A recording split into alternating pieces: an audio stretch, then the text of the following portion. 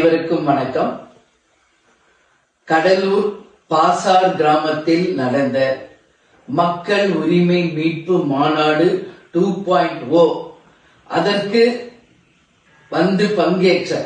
எங்களுடைய தலைமை கழக நிர்வாகிகள், மாவட்ட கழக செயலாளர்கள், அனைத்து சார்பு அணி நிர்வாகிகள் மற்றும் அனைத்து ஒன்றிய நகர பேரூர் கிளைக்கழக நிர்வாகிகள்,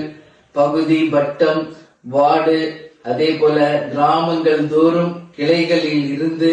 பாசார் கிராமத்திற்கு சொந்த செலவில் வாகனங்களை அமைத்து உணவு நீங்களே கொண்டு வந்து வழி நெடுக்க பதாதைகளும் கொடிகளும்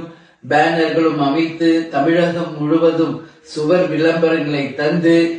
அனைத்து பத்திரிகைகளும் மாநாடுக்காக விளம்பரங்களை கொடுத்து நமது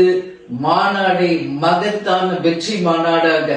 செய்து கொடுத்த அத்தனை பேருக்கும் என் பணிவான வணக்கங்களை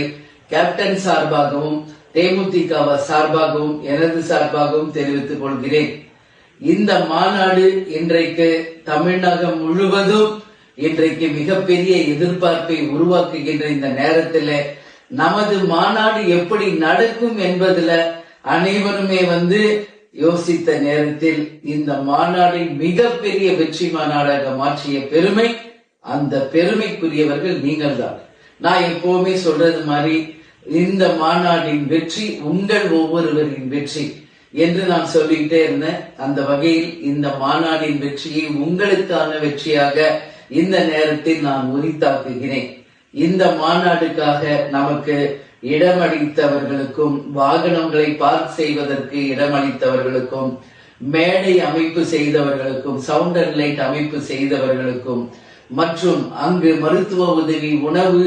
மற்றும் குடிதண்ணீர், கழிப்பிட வசதிகள், தண்ணீர் என்று எல்லா இடத்திலும் எந்த தங்குதடை இல்லாமல் மிக சிறப்பாக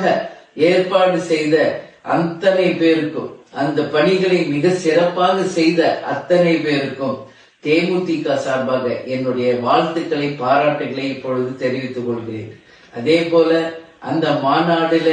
ஒரு சிறு அசம்பாவிதம் கூட நடக்காமல் அத்தனை பேரும் கண்ணியத்தோடும் கட்டுப்பாட்டோடும் நமது கேப்டன் அவர்களை நம்மை வழி நடத்தியது போல ராணுவ கட்டுப்பாட்டிற்கு இணையாக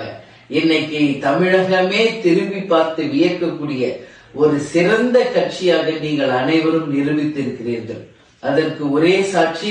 அங்கு போடப்பட்ட இருக்கைகள் ஒரு இருக்கை கூட ஒரு சின்ன சேதாரம் கூட இல்லாமல் அத்தனை இருக்கைகளையும் இன்றைக்கு திருப்பி அவர்கள் எடுத்துக்கொண்டு செல்லும் பொழுது